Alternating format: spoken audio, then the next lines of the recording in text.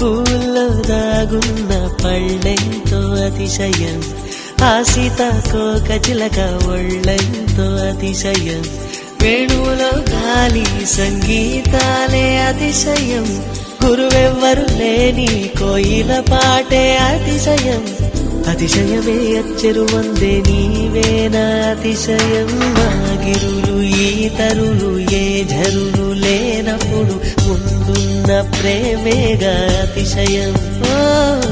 16 ప్రయాణ పరువల్లో అందరికీ పుట్టేటి ప్రేమేగా అతిశయం.